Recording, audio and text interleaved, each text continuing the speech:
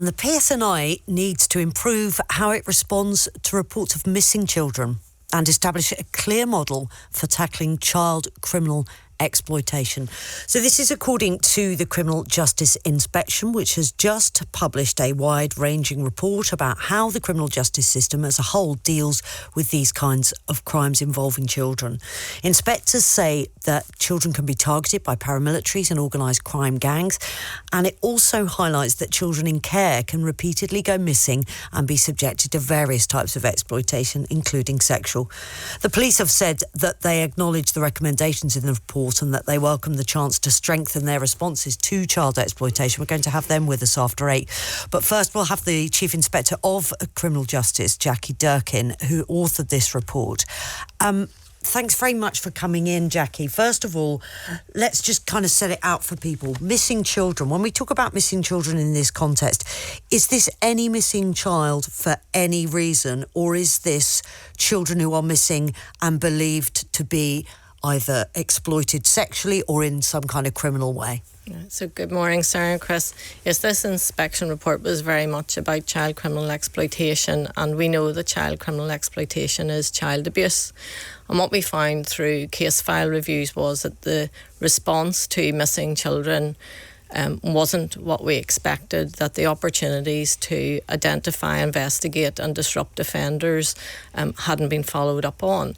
And concerningly, it was raised immediately with the Chief Constable, and I'm glad to say that immediate response to that took place. So We're talking about very much here in this space about children who may be in care or have been in care, or they may be living at home, but it's when they go missing and it's raised with the police as a report of a concern rather than a missing children response which is needed. And our report clearly shows today some pretty harrowing case studies about children and what they experienced while they were missing and the response that was provided to them and the outcomes for those children. What things some of them have experienced? Well, some of the things that we talk about in case studies, and obviously they're anonymised in this report, is about children who've been stopped because they've been carrying drugs, but they've been with an adult, and that adult may have been their parent, and they're treated as a suspect. They're not treated as a child who's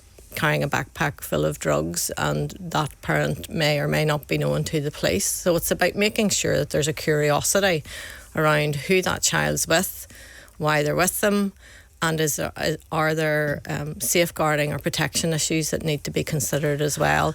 Children being seen as children, Sarah, and not necessarily as a criminal suspect. This is a massive problem in England with county lines, which is basically where drug gangs employ young children because they know that they're not going to get charged or sent to prison, and they can be out again very quickly, and they just recruit children in all various parts of small villages and towns to distribute drugs. That's not what we're seeing here, is it?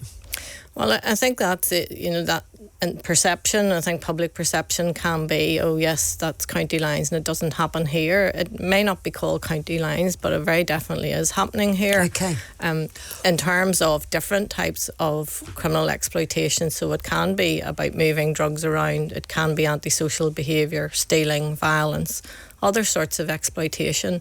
So for the first time, the policing plan includes child criminal exploitation as a priority. We know that the Departments of Health, Education and Justice have agreed a definition and an action plan, but that needs to be backed up with service delivery and indicators of what good would look like and making sure that outcomes are achieved. And what we found was that wasn't widely known or embedded in service delivery. Yeah. We'll talk about the PSNI's response to this, because from your inspection it seems to be needing quite a lot of work in a moment, but I just want to get an idea of a sense of how serious the problem is here, Jacqui Durkin. So you're talking about in England thousands of children that have been involved in cases like this. What are the numbers for Northern Ireland? I think that's what the interesting point is, sir. We don't really know. There isn't enough data or enough information around the scale of the issue. We don't really know the extent of that, because a lot of the case files that are with the police and prosecutors don't necessarily indicate that it is a child criminal exploitation case. So that's something that we've said in the report as well, very definitely needs to improve. So when the police and other stakeholders are developing a problem profile, so trying to understand what is happening in Northern Ireland, it's informed with up-to-date information, and that we do get a better grip on what is going on and who's involved.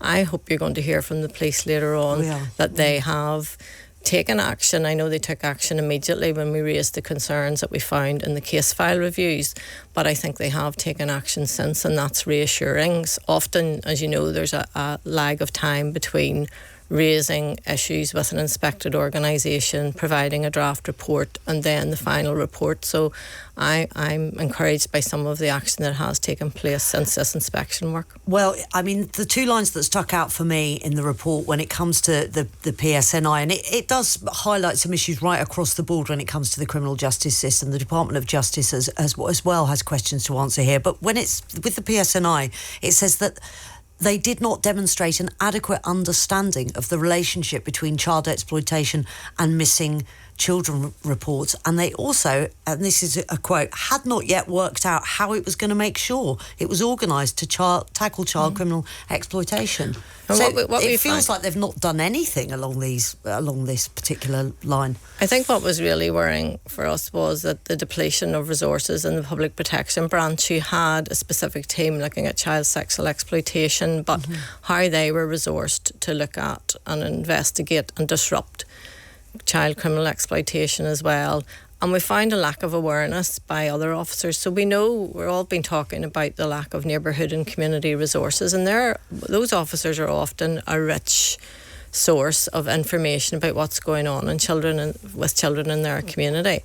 So we know the allocation of resources is a matter for the Chief Constable, and there are issues, but we were certainly quite concerned about the level of resources that were available to actually undertake that specialist work at times, but also awareness about the definition and the action plan and what needed to be done about that important work to investigate and to disrupt offenders in the community. Yeah, refer these children to the National Referral Scheme, and obviously as well just document the numbers here as well. So we'll be asking them about that. Jacqui Durkin, thank you very much indeed, Chief Inspector of the Criminal Justice Inspection.